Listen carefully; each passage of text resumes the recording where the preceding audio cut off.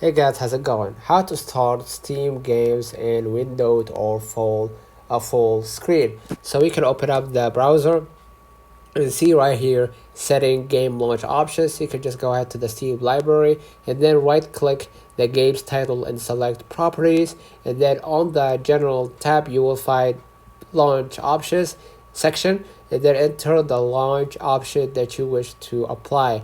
Be sure to separate each code with the space, and then after that you can just close the game's properties and then window and launch the game.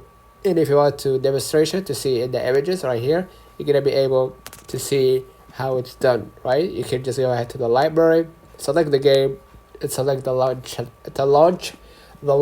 type that you want for your game. If you want it to be windowed, full screen, and you'll be able to set it from inside the game.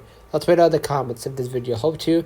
Don't forget to like and subscribe. Thank you for watching.